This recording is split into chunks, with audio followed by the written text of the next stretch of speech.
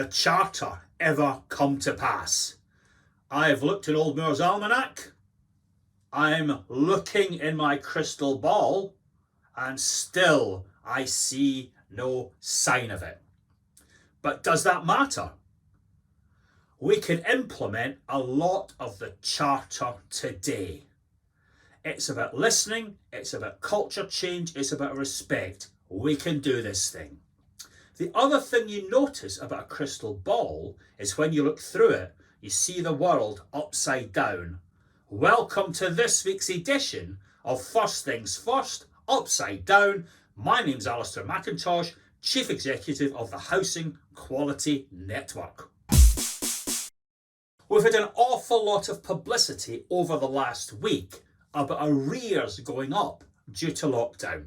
How can we possibly collect rent when there is an eviction ban?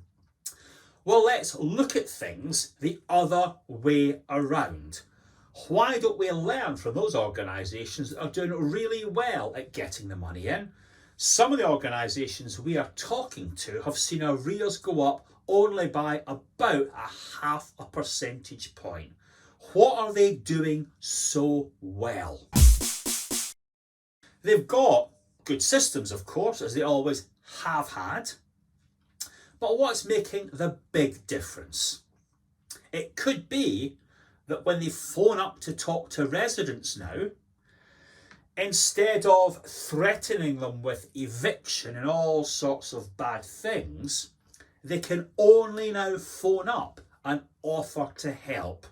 That gets the conversation off to a much better start.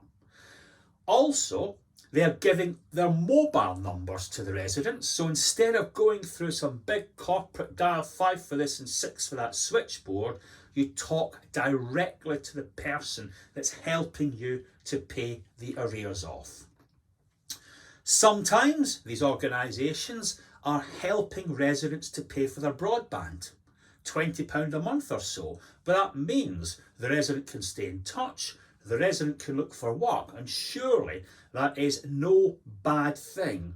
Remember a few years ago, Inside Housing was full of housing officers demanding that residents should pay their rent before they pay Sky. The world has moved on.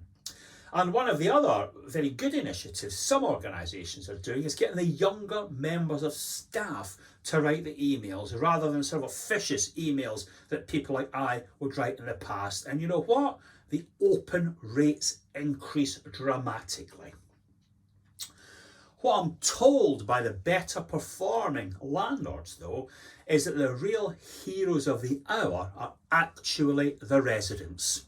The people who weren't in arrears before lockdown, before they went on universal credit, are still desperately keen to pay the rent and stay in touch and communicate with the landlord. So these better conversations, these treating people with respect, as is suggested in the Charter, is absolutely the right way to go.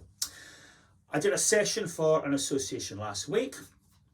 At the end of it, you go to the questions and answers as per usual. Young member of staff said, our residents have done so well during this lockdown, Alistair, shouldn't we find a way of rewarding them? And my goodness me, that triggered the old memories. Many of you will recall Tom Mannion, the late and much lamented Chief Executive of Irwell Valley Housing Association. He was a big enthusiast for rewarding residents who paid their rent, behaved properly, contributed to the organisation, and that idea may come back. Certainly the residents that have kept paying through these very difficult times do deserve recognition. If you look at the high street, lots and lots of commercial tenants aren't paying their rents. Our tenants are. You've got to take your hat off to these people and find some way of rewarding them. There's a push for value for money in the Charter, as you would expect. One of the ideas is to have an app so that residents can check the value for money of the landlord as they go along. Already got this in Scotland. Look at the Scottish regulator's site. It's a fine product. The difficulty is that you cannot shop around though, can you? So it's a bit like a kind of muzzled Martin Lewis website. But where you can shop around is for things like cleaning, gardening, grounds maintenance, painting, etc, etc. Now, one of Tom Mannion's best friends was a guy called Julian Richer, runs the hi-fi shops you see on the high street. And Julian said, when you're buying in goods, when you're trying to get the overheads down, you always look for the man or woman that reads Exchange and Martin, hunts for bargains to help you to achieve your procurement goals. And I just wonder if we couldn't involve residents more in procuring grounds maintenance, painting and things like that.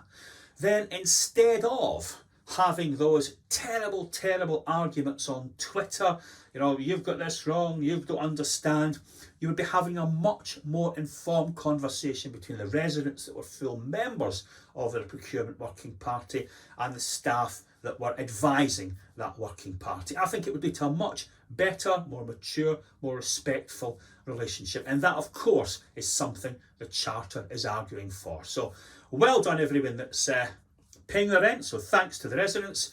Well done to the staff that are working so hard. And I hope to see you all next week. Thanks for your attention.